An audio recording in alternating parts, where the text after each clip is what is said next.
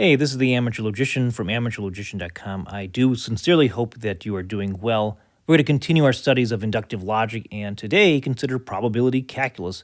And this will be, I think, a pretty cool, neat video because we're going to formally and informally do some proofs. We're going to prove some stuff in probability theory. We're going to utilize our knowledge of propositional logic, of truth tables. We're also going to do informal proofs or visual proofs with Venn diagrams. So this will be a pretty cool video, at least I think so. Now remember, probability is about the likelihood of some event or outcome. Probability is the ratio of the number or rate of occurrences, that is frequencies of a particular event or outcome, to the total number or rate of possible events or outcomes. And you can't understate the importance of probability theory in modern inductive logic. And you certainly can't when it comes to statistics, because in fact, probability preceded statistics. Without probability theory, there would be no statistics, period.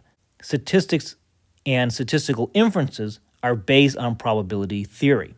Now, in a previous video, we talked about Kolmogorov's axioms. At least we introduced them, but we're going to utilize them in this video and prove some things, prove some rules of probability calculus. And I almost want to say in a loose sense that the first two axioms are conventional in the sense that we just define the probability of something to be between 0 and 1, okay? Whereas axiom 3 is just intuitively obvious in a self-evident way, if you will. So axiom 1 tells us that for all p, and p is just some event or outcome, 0 is less than or equal to the probability of p.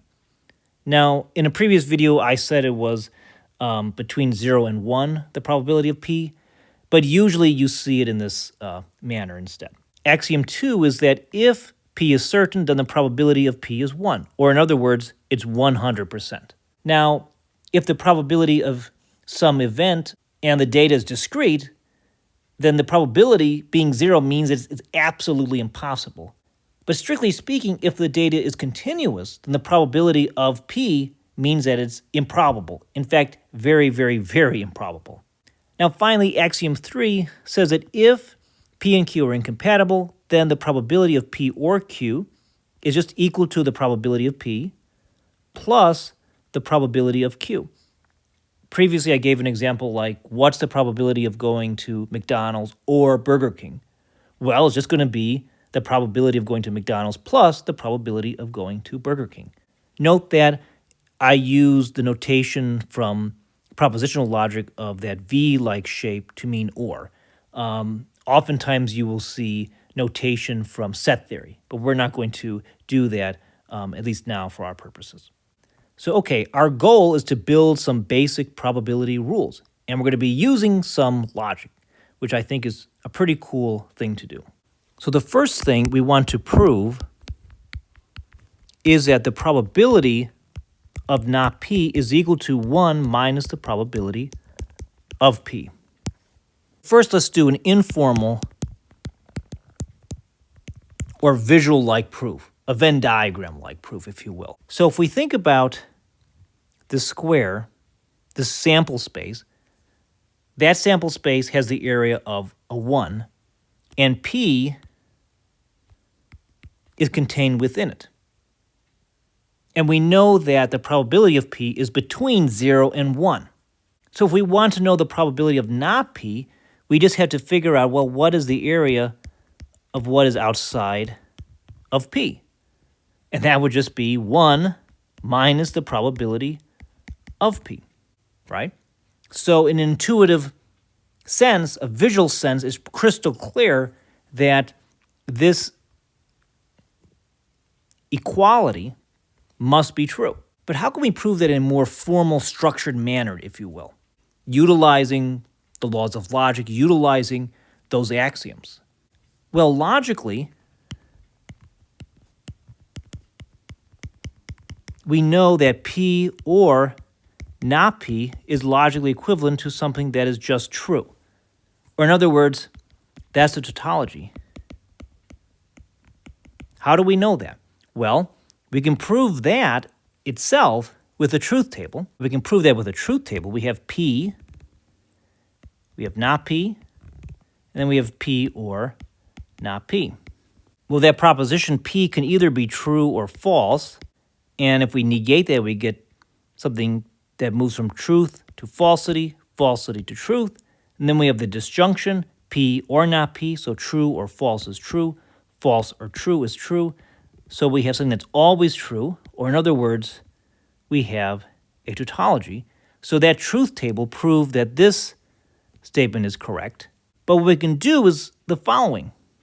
We can utilize our second axiom, because we know that if P is certain, then the probability of P is 1. Well, here we have something that is certain. In other words, a tautology is certain. And so this implies that the probability of P or not P is equal to 1 because we have a tautology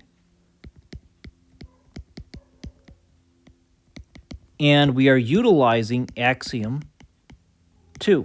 We then can utilize axiom 3, that if P and Q are incompatible, then the probability of P or Q is equal to the probability of P plus the probability of Q. So we will just think about this in terms of axiom 3. So we can get that the probability of P or not P is equal to the probability of P plus the probability of not P. And we're utilizing axiom 3. And then we can just resort to some simple algebra. We can say, hey, we know that 1 is equal to the probability of P or not P. So let's just substitute that in there, so to speak. So we get 1 is equal to the probability of P plus the probability of not P. And then we could utilize our skills in algebra just to solve for the probability of not P. So we can subtract both sides of the equation by the probability of P. So therefore, the probability of not P is equal to 1 minus the probability of P. And that concludes our proof. So that, I think, is pretty cool. We have proved that rule of probability. What did we do? Well, we used our knowledge of propositional logic to know what a tautology is. We utilized axiom 2. We utilized axiom 3. We did some algebra, and then we got our final conclusion. Awesome. The next thing we're going to prove is as follows. So we're going to prove that the probability of P or Q is equal to the probability of P plus the probability of Q minus the probability of P and Q. This is quite interesting because is it not the case that axiom 3 tells us that the probability of P or Q is just equal to the probability of P plus Q? But note that here we're given that P and Q are incompatible. What if they're compatible, so to speak? What if there is indeed overlap? Well, if that's the case, that formula is not going to work, and we're going to have to utilize this more expansive formula, this more generalized formula when we're dealing with a disjunction. Like before, let's do a more informal visual-like proof, so to speak, utilizing a Venn diagram. So we have our Venn diagram. And sorry if I don't draw this perfectly, but we have one circle here, another circle here, and that's supposed to be a square, not a rectangle, but in any case, let's say that circle is P, and this circle on the right is Q, and that overlap is P and Q. And the important thing to note here is that we don't want to double count, so to speak. Because if we just added P and then we added Q, we'll be counting this middle twice, so we really have to get rid of this overlap here. So we add the probability of P, the probability of Q, and then we subtract the probability of both P and Q. So visually, I think that makes crystal clear sense. And that's definitely a true equality, a true rule of probability. But let's do a more formal proof. Let's utilize those axioms. Let's utilize our various rules in propositional logic when it comes to equivalency. So logically, P or Q is equivalent to P and not Q or Q. But how do we know that? Well, let's do a truth table. So we have P, we have Q, we have P or Q, we have not Q, we have P and not Q, and finally we have P and not Q or Q. P can be true or false, Q can be true or false if we're considering all possibilities here. So there are 4 total possibilities. P can be true, Q can be true, P can be true, Q can be false, P can be false, Q can be true, and both can be false. Let's consider the disjunction P or Q. So true or true is true, true or false is true, false or true is true, false or false is false. Let's consider not Q. So true to false, false to true, true to false, false to true. We have the conjunction of this column P and our not Q. So we have true and false is false, true and true is true, false and false is false, false and true is false.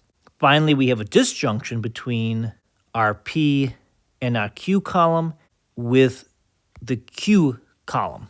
Okay, so true or false is true, false or true is true, false or true is true, false or false is false. So notice that this proposition here, P or Q, has these truth values, that this proposition here, P and not Q or Q, has these truth outcomes, so to speak.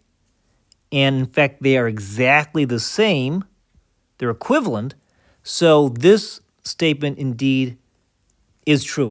So that we know that this is logically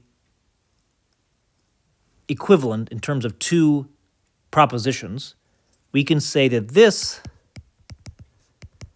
implies that the probability, and we're going to utilize that axiom 3, that's the axiom we're going to utilize a lot with these types of proofs, that the probability of P or Q is equal to the probability of P and not Q plus the probability of Q by axiom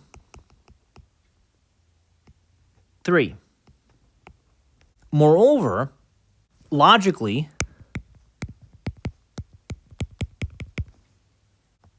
P is logically equivalent to P and Q or P and not Q. And like before, let's prove that very statement, and we'll do so with the truth table. So we have P,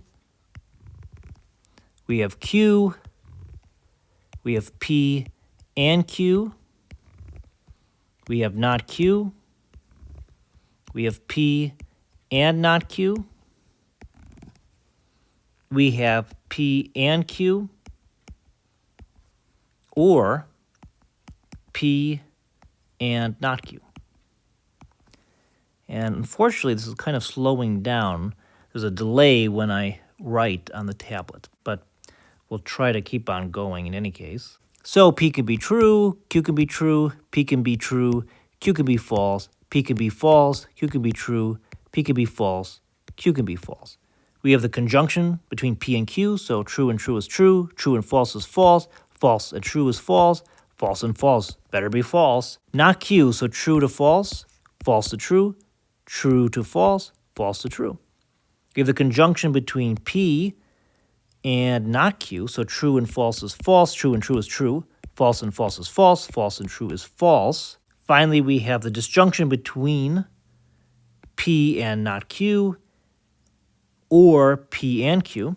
So true and false is true, false and true is true, false or false is false. I hope I'm not mixing up the ands and the ors. So we have true or false is true, false or true is true, false or false is false, false or false is false. Now notice our column for P. True, true, false, false. Notice our column for this large molecular proposition. true, true, false, false. Well, these are exactly the same.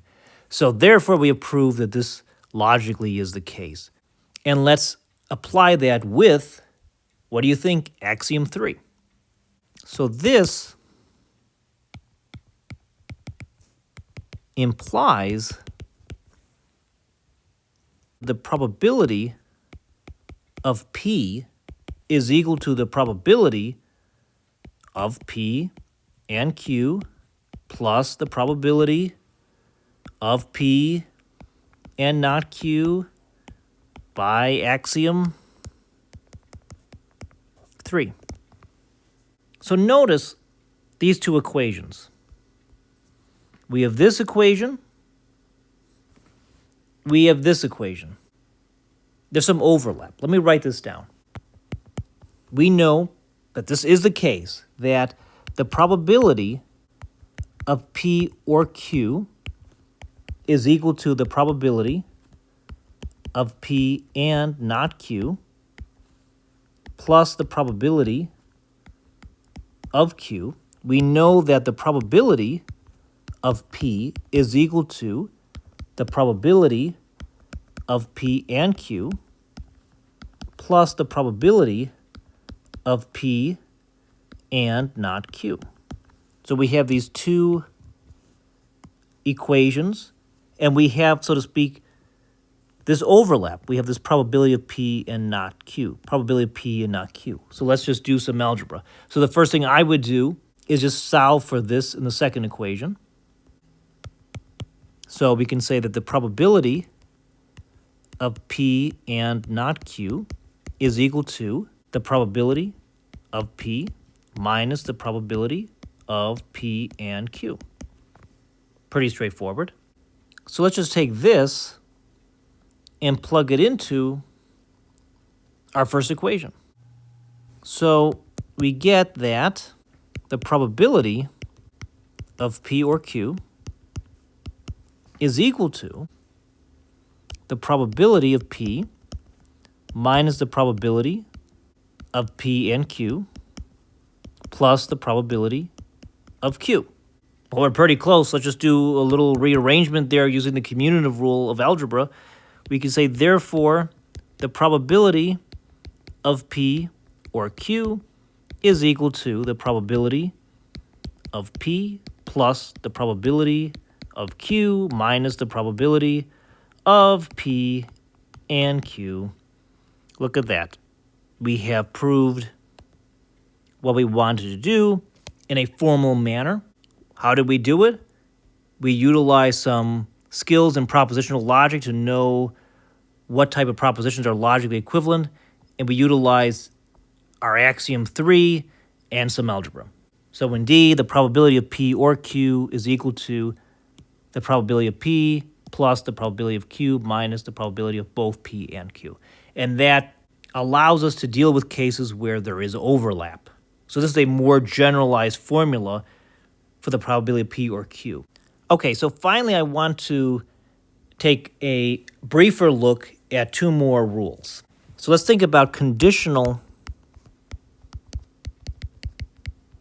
probability.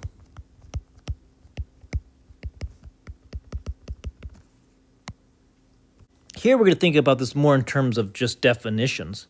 So we will say that the probability of, say, Q given P, so that means given, so given that P has occurred, or that P in fact is the case, we have the equation that the probability of P and Q over the probability of P. Once again, I'm going to think about this informally with a Venn diagram. So we have our Venn diagram. So here, let's just say is Q, here is P. So we're given P has occurred. We're only concerned with the circle P. We should really think about what's the probability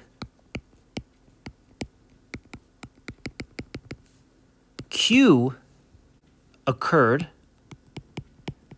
or will occur, whatever, given P. So we know that P has occurred. We want to know what's the probability Q will occur. Well, it's going to be the case that we should think about the intersection of P and Q divided by the sample space of P, right? So it must be this space divided by the space of P. So thus I might say informally, the probability of P and Q over the probability of P is really just the intersection of P and Q divided by the sample space of P. Now we can also consider this with set theory, and there are set theoretical proofs of this, but for our purposes, we're not going to do any kind of set theory. But I think for our purposes, in any case, this is sufficient.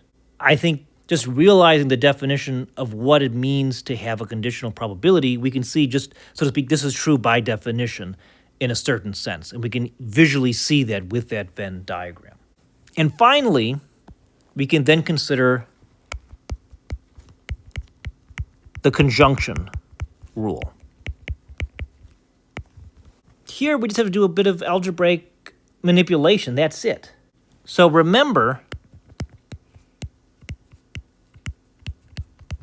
that the probability of P given Q is equal to the probability of P and Q over the probability of Q.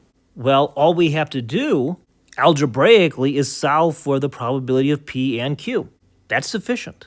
So in other words, let's just multiply both sides of the equation by the probability of Q. So if we do that, we will just get that the probability of Q times the probability of P given Q is equal to the probability of P and Q. But that would be equivalent to saying that the probability of P times the probability of Q given P is equal to the probability of P and Q. We're just from this perspective here considering the probability of Q, and then because we have that, we have to think about P given Q. On the other hand, here we're starting with probability of P, so if we're going to multiply that by Q, we have to think Q given P, okay? Remember, there might be overlap, so it's very important to consider the conditional nature of the formula to represent the conjunction of P and Q. So this is an introduction to the probability calculus. We utilized some skills from logic, and we built upon Kolmogorov's axioms. If you enjoyed this video, please consider giving this video a like. I would very much appreciate that. If you did enjoy, you can also consider sharing this on social media. That would be a great way to help grow this YouTube channel, and I would greatly appreciate that. So if you want to post this on X, that'll be cool. I know I'm going to post a link on X, formerly known as Twitter, shortly. And you can follow me on X if you like as well. That'd be cool. In any case, thanks for watching. Good luck to you and be well.